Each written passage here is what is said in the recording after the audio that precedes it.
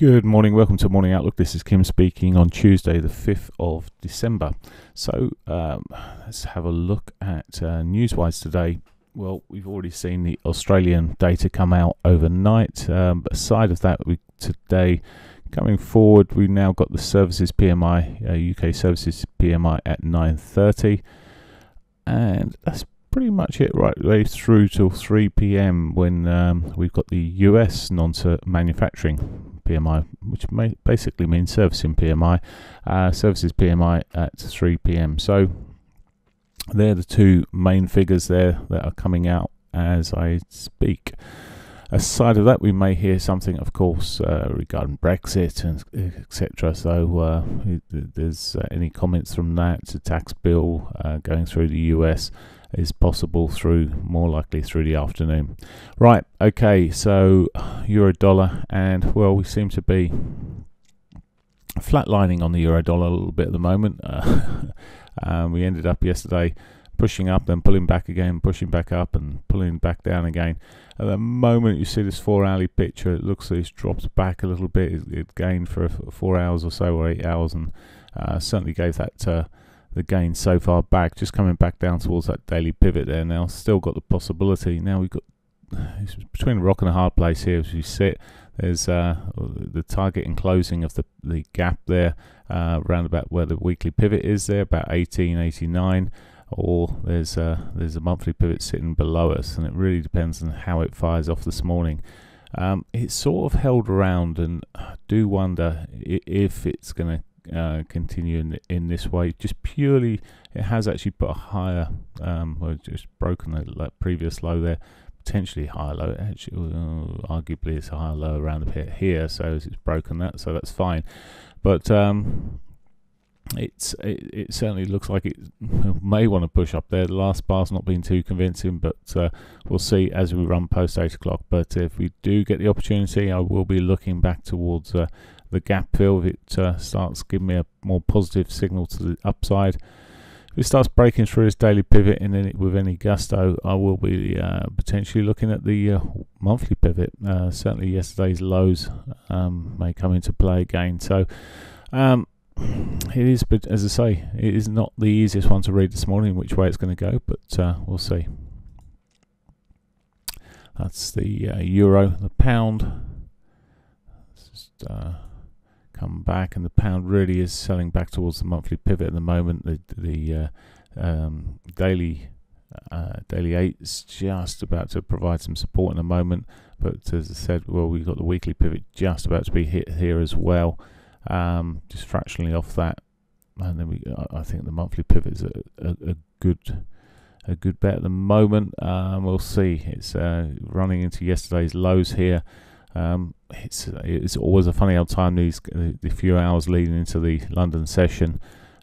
Often we see complete reversal, so I can't base too much on what I'm seeing at the moment, but if it bounces off this level and starts putting in more of a kicker, well, maybe it will run back towards the sort of the mean, running back towards that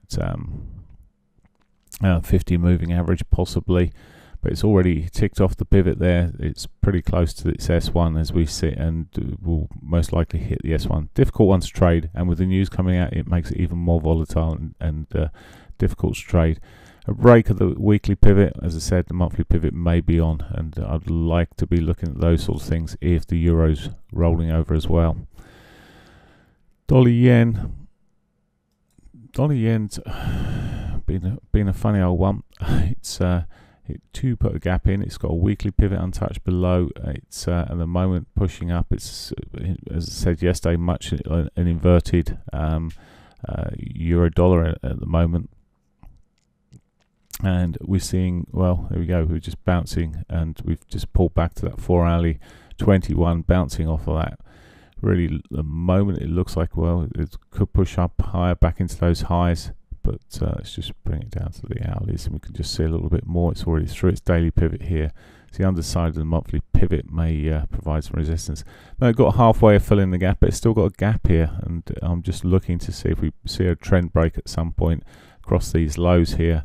May give us a sort of the signal that it may come back to test the lows, maybe properly fill that gap, and maybe which sits quite nicely with where the daily S1 is. So and the weekly pivot's not too far further. So weekly pivot not necessarily going to be hit, but the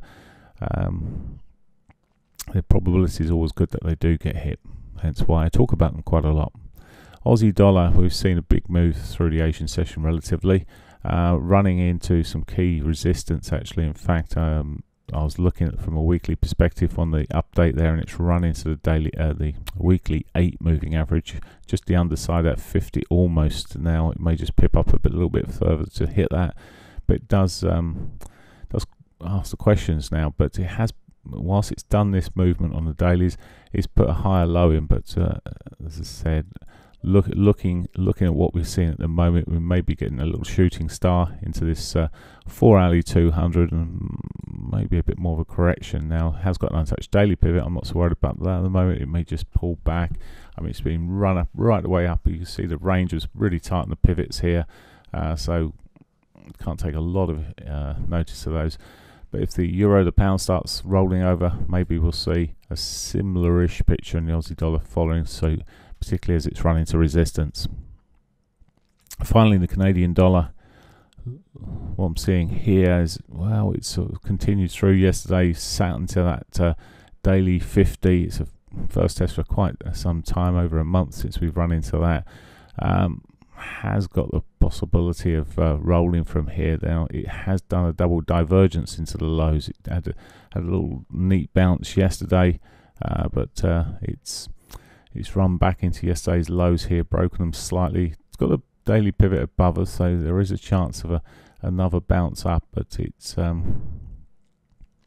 labouring, and part of that reason was well, at one stage we were seeing oil recovering, and we just popped the oil on there for a moment, but now oil's coming off a little bit more, so I would expect on that basis the Canadian dollar to push up. But of course on, when is it, Bank of Canada, it's 3 p.m. on Wednesday, so we've got some the Bank of Canada meeting tomorrow, so maybe just getting a bit of strength before that meeting, whether people are thinking they're going to do anything more.